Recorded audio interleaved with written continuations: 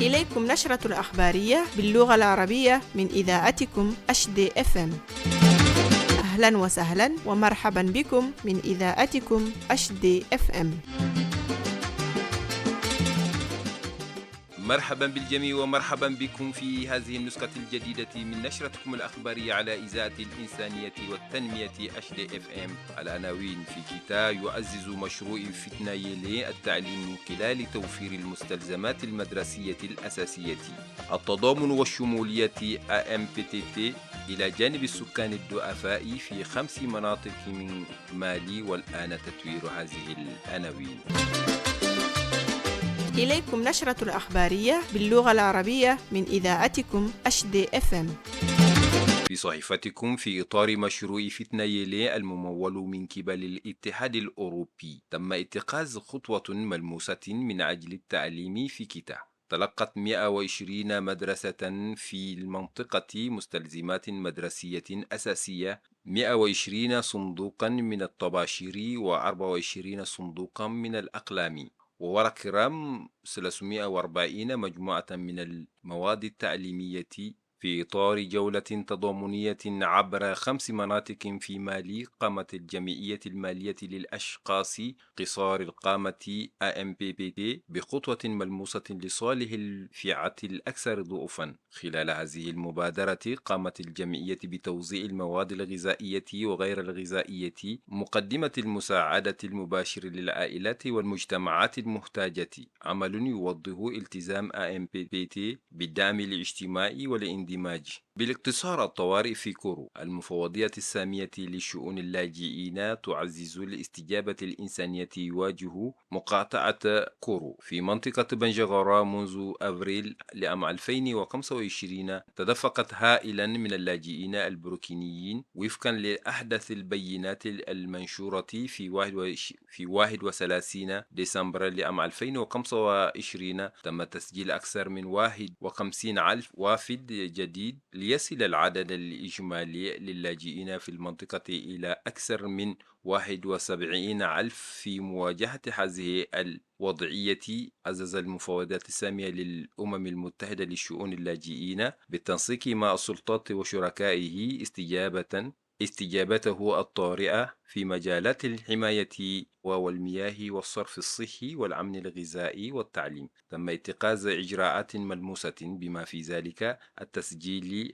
البيومتري للاجئين وتوزيع مجموعات وش وتقديم الدعم الغذائي والتحويلات النقدية وإنشاء ملاجئ شبه دائمة ومساحات تعليمية مؤقتة. على الرغم من التقدم الكبير، لا تزال هناك احتياجات مهمة قائمة، بما يبرز ضرورة مواصلة الجهود للاستجابة لهذه الأزمة الإنسانية وتعزيز قدرة المجتمعات المضيفة واللاجئين على الصمود. وفي مواجهة تكثيف الديناميكية الهجرة في مالي والمنطقة الفرعية، نظمت الصليب الأحمر المالي ورشة عمل لتقييم الذات حول الهجرة بدعم تقني من الاتحاد الدولي لجمعيات الصليب الأحمر والهلال الأحمر. سمح هذا التمرين الاستراتيجي بتحليل القدرات المؤسسية والتشغيلية لمنظمة يهدف تحسين رعاية الأشخاص المهاجرين والنازحين والغائدين وكذلك المجتمعات المضيفة، في سياق يتسم بالحركة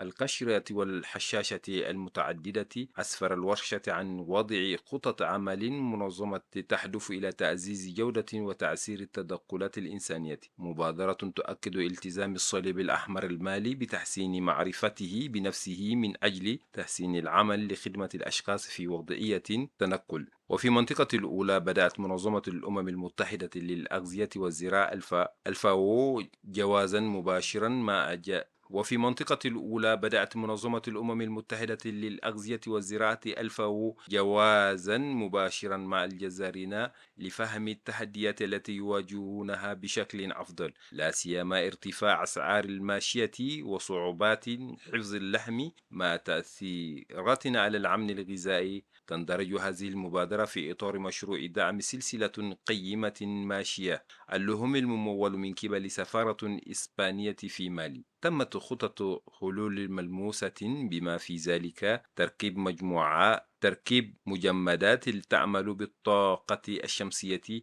وتوفير دراجات ثلاثية العجلات مزودة بسلسلة تبريد، وتطوير إكساك مزودة بالبلاط لتحسين النظافة. سمحت زيارة المصلح الإقليمي بإكمال تقييم الميدان بهدف تعزيز مرونة وأمان قطاع اللحوم في المنطقة. أخبار دولية: إندونيسيا تستعد لمهمة إنسانية لغزة، حتى 8000 جندي جاهزون لمهمة مستقبلية تركز على الحماية المدنية وإعادة الإعمار. ملايين الأشخاص في شرق جمهورية الكونغو الديمقراطية على حافة المجاعة تعزل مناطق كاملة بسبب القتال بين الجماعات المسلحة، مما يجعل الوصول للإنسان بالغ الصعوبات. العنف والنزوح القشر والقطاع سلاسل الإمداد تزيد من تفاقم العزمة الغذائية. التحدي هو حماية المدنيين وضمان إيصال المساعدات إلى المناطق الأكثر تضررا.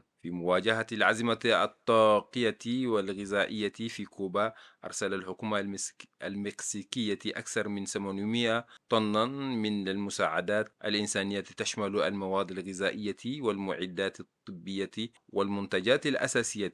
أعلن كل من تشلين وروسيا أيضا عن مشاركتهما في المساعدة، مما يمثل استجابة إقليمية للاحتياجات المتزايدة على الجزيرة. وهكذا تنتهي هذه النسخة من نشرتكم الأخبارية على راديو الإنسانية والتنمية HDFM. شكرا لمتابعتكم. ابقوا على تواصل مع برامجنا على الأسير، وتابعونا أيضا على المنصات الرقمية المختلفة. تم تقديم هذا الأرض الأخ عبد الله سليمان ميغا، وجانب الفني الأخ سالم جورا. وإلى لقاء آخر قريبا على إذاعة الإنسانية والتنمية HDFM.